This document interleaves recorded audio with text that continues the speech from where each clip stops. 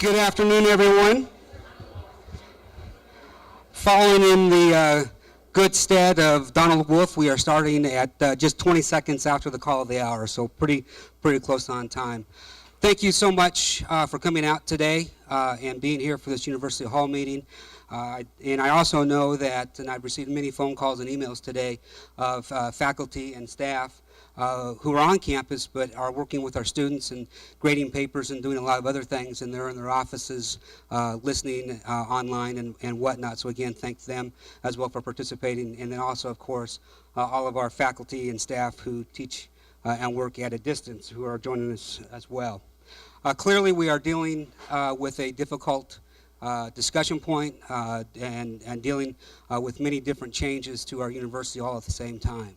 We're dealing with fiscal constraints, we're dealing with declining enrollments, we're dealing with governmental changes, we're dealing with a lot of changes at the state level, and presidential transition, provost transition, and other transitions.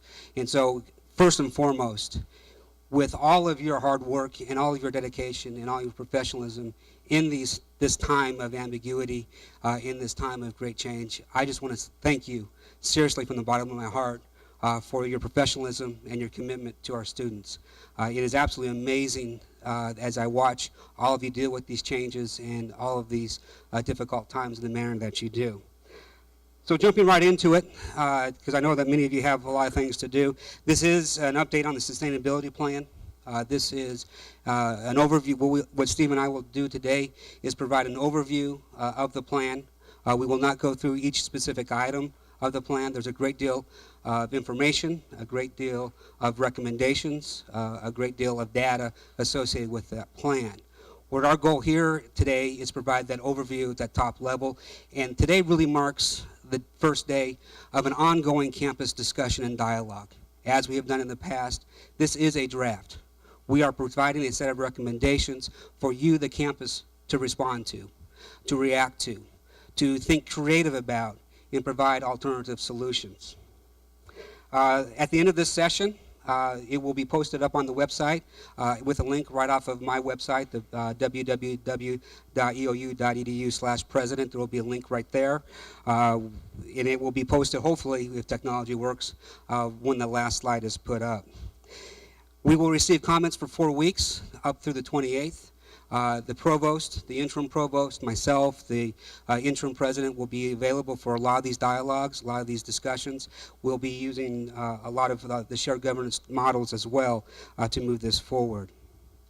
All of the individuals whose positions are directly are indirectly specified through the collective bargaining agreements who are impacted by this plan have been notified today. And so again, I appreciate your sensitivity to all of the individuals.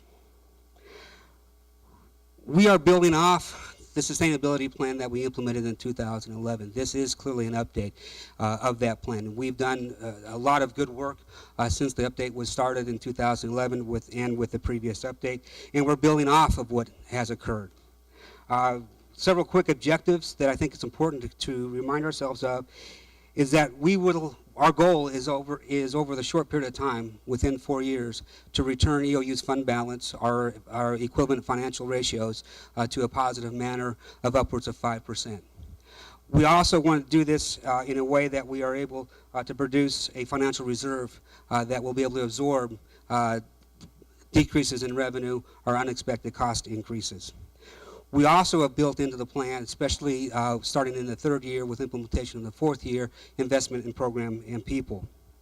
And we also, one of the key things that we're dealing with, especially this year and next year, is a significantly decline in enrollment base.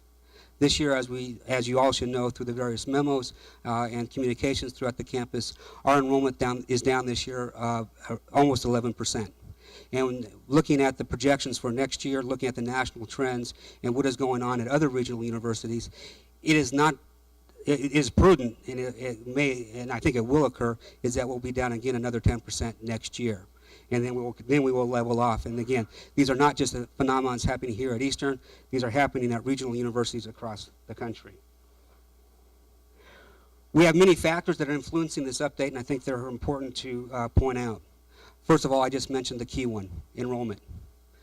When we put forward the first sustainability plan in the last year's update, we based it on a smaller enrollment size, especially the last one. But we had an unprecedented drop of 10.4%. We projected a smaller enrollment.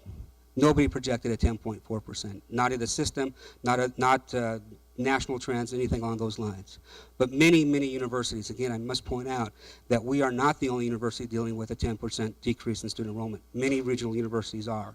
And as we look at that enrollment, again, this will occur next year as we have a very large graduating class coming forward, where we have applications mimicking last year's freshman class, where our transfers will be down probably by 50 to 60 students over the previous year, which was down over 100 from the previous year. We are looking at a much smaller university. We are looking at a university that had the enrollments prior to the Great Recession. And so as we went through this process in developing the plan, that is what we looked at. We looked at what did this university look like during the much smaller enrollments. What was it? What were the curricular offerings? What were the programmatic offerings? What were the service offerings? What was the size of the faculty and staff? One of the things, too, that we need to emphasize through this process is we have pulled many administrative levers in the previous two plans. There are some left, and we are pulling those again, but there's not many. And that is something that's very important to keep in mind. Also, when we think about this plan, we will have a new governance model in Oregon. Now, many of you have asked me, is this being predicated by an institutional board for Eastern? It is not. If we were going to be in a consortium model, if we were going to have our own institutional board, which we are, or if we were going to be a branch campus or under the auspices of one of the larger institutions, we would be going through this. In fact, if we were a branch campus or under the auspices of one of the larger universities, we would probably be doing this a lot differently and a lot deeper and a lot steeper. So when we talk about the governance models, it's not just EOUs. It's the Oregon Education Investment Board, it's the Higher Education Coordinating Commission, and the way that funds will be granted to universities in the future. No longer will funds be granted by student headcount per se, but by graduation and outcomes. There will be opportunities for Easterns to excel in this. They're talking about having a premium for rural students. They're talking about having a premium for students of diversity. They're talking about having a premium for students who come from low economic status. All of those factors will assist Eastern Oregon University in great ways. Unfortunately, we can't count on them, so when we talk about the revenue streams, we are very, very conservative. In talking with Jay Kenton, the interim president, I think we will have a lot of levers to pull in the future, but as we did our planning process, we're dealing with a great deal of ambiguity as well. So when we look at the plan, when we look at where we're headed, we are looking at a university that needs to reduce its expenditures or have a net cost reduction of nearly $4 million. In the plan that we are putting forward, that it will be up on the web very shortly, the actual cost reductions is $3.8 million and change. What we focused in on is how do we make sure that we make the cost reductions deep enough that is necessary so that Jay Kenton and the next president won't have to do this from the first day on, and we'll be financially viable. And at the same time, that we don't start, as what Steve Atkinson calls, the death spiral. We don't want to go so deep that we end this university, but we do need to make sure that we have a plan in place that makes sense, not only for now, but in the future. To talk to some of the specifics about the plan and the strategies, we'll hand it over to Steve. As Bob mentioned, our approach really needs to be to build upon the previous two iterations of our sustainability plan from spring 2011 and last spring 2013. We've got 5 primary strategies in this update. The first one centers on a reset of our instructional workload release for faculty. We have right now about 180 hours of instructional workload release across all 3 colleges. We have little consistency in how that workload release is assigned and how it's maintained over time or even within a given term. That in and of itself, if you count it on a 45 credit basis, is 4 full FTE, 5 if you count it as 36. So one of the primary strategies is to push our reset of instructional workload policies over this next year so that we can understand what kinds of workload release instructional workload release should be part of our service load and engagement here, and what pieces of it are appropriate as true instructional release. The second one, and this is really a big one for EOU, as it would be for any university, and it speaks directly to our need to have our program curricula reflect a 3,000 to 3,300 student body rather than 43 to 4,500, and that's the elimination of concentrations across degree programs. We have probably the most granular data tool that we've yet seen with any of our sustainability planning.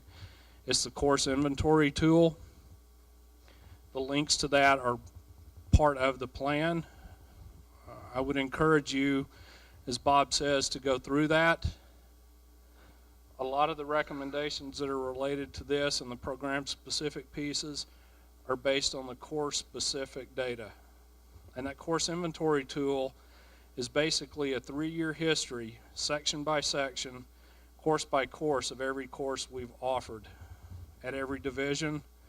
It identifies whether or not those courses are program requirements, major or minor, program electives, whether or not they're university or gen ed requirements, UWR or DPD, or whether or not they are just courses that aren't attached to any kind of requirement, program or university. As we did last year, that data is pretty comprehensive. It's not 100% accurate. We're going to need help making that accurate the way we did the program data last spring, along with the attendant revisions in the program-specific pieces. College administrative restructuring is our third primary strategy. 3 years ago, I asked the colleges and a college task force to consider the idea of a single dean model. When we first started planning for this particular update, I was picking up on that conversation and was going to forward the recommendation that we move to a single dean model as part of this update. I've decided we cannot do that, at least for the next year, given everything else that needs to be implemented and needs to happen. We can't afford a single dean model. We need to have a little bit more stability within our programs and the related curricula. But there is a very strong recommendation in a longer term sense that we prepare ourselves to revisit that. We will in CAS, Arts and Sciences, be returning, the draft recommendation is to return to a division chairs model in divisions. And that would also include a single half-time associate dean for both arts and sciences and business and education. Finally, we have further reduction of administrative positions across divisions that total 7 full administrative FTE. One of the key things, and I would like to go through now, is some of the financial assumptions and then go through a quick pro forma to show exactly where we are. As discussing with budget and planning and many others, one of the key things that we have done in this process is estimate our revenues, our increase in revenues very, very low. In fact, when we talk about in student enrollments, we are projecting at the highest decline that is foreseeable. We're also calculating flat enrollments thereafter. We are also, as I mentioned, that there may be more state appropriations on a per student basis. We are not building that into the program. If in fact those do come to fruition, then we can adjust accordingly. We are also not increasing tuition next year per legislative mandate, and then in the following years we are recommending a 5% tuition increase. In short, we are being very, very conservative with our revenue projections. On the cost side, even with these reductions, we are taking middle of the road to the higher end of what our costs will be. So we're underestimating our revenues and overestimating our expenses to some degree. With that, when we look at the next 4 years, this year being our 3 years going forward, with the first column being this year. We will end this year with a negative fund balance of 1.6. Again, that should not be news to anyone. We've talked about that on many occasions. This also does not mean that we are insolvent, does not mean that we are bankrupt, does not mean that we're not able to pay our bills.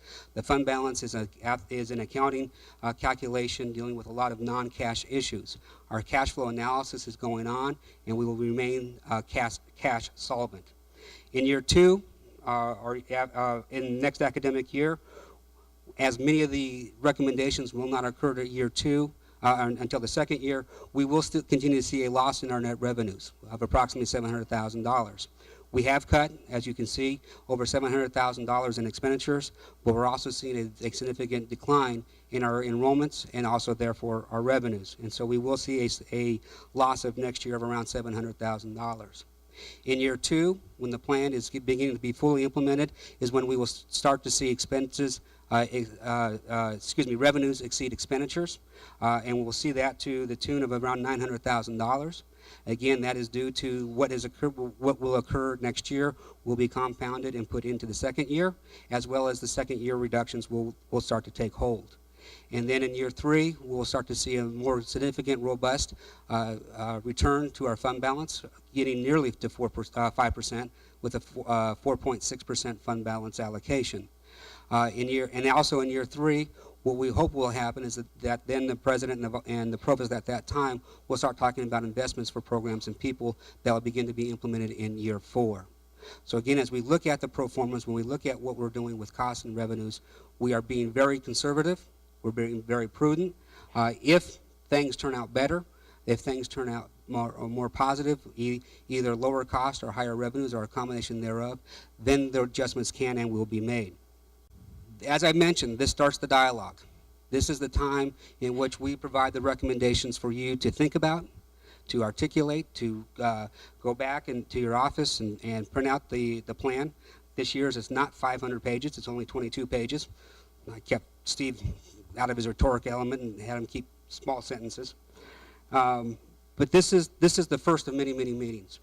We will, over the next 4 weeks, have a great deal of dialogue with each of the academic programs, with the units. We will continue to use shared governance in the ways that we have in the past to make sure that we understand fully the ideas that are out there and hopefully come up with creative ways to make alterations to this plan. As in the past, the draft is just the first iteration. If you look at the first draft of the sustainability plan and then look what was implemented, very, very different because of your creative ideas. And again, we want that to continue. We are talking about individuals, their careers, their families in this process. So again, I stress the creativity, and I also stress the compassion, the professionalism that you all exhibited for the last several months as we've gone through this process. It's important that when we look at where we are, where we're going, that we talk about the good things that have occurred. We need to be thinking about what we'll be able to achieve when we get to the other side. We need to be supportive of each other in these efforts. And I see some students in the audience, and we definitely need to be supportive of their efforts and their goals and aspirations, because that is why we are here. So as I mentioned, this is the first meeting, if you will, as we launch the draft plan, and we're looking for your feedback. On May 28th is when we would hope that we have all of the feedback possible. Then Steve and I will fine-tune it. We'll continue some of those discussions and whatnot, and then release the draft plan on or before June the 6th. There is a lot of information on the website. I think it is up. It's being put up as we speak. The draft plan is being put up as we speak. There is a lot of information there. As I mentioned, it's only 21 pages, but in that 21 pages is a plethora of ideas and thoughts and hard work that have been accumulated and put forward to Steve and I and Sarah and Jay Kenton over the last 6 months as we've been mulling this over, and specifically in the last 5 weeks as we've dedicated all of our energies to these efforts. I know that you're all anxious to go read it and digest it, and we're grateful for that. And so at this time, I do want to again say thank you very much for coming out today, for listening to Steve and I talk about the draft plan, but hopefully it's up now. It will be up soon, I guarantee it. But please feel free to go read it and set up meetings and whatnot. At this time, Steve, Sarah, and I will stay here to answer any specific questions that you may have. So again, thank you very much for your dedication to Eastern and specifically to our students. Thank you and have a good day.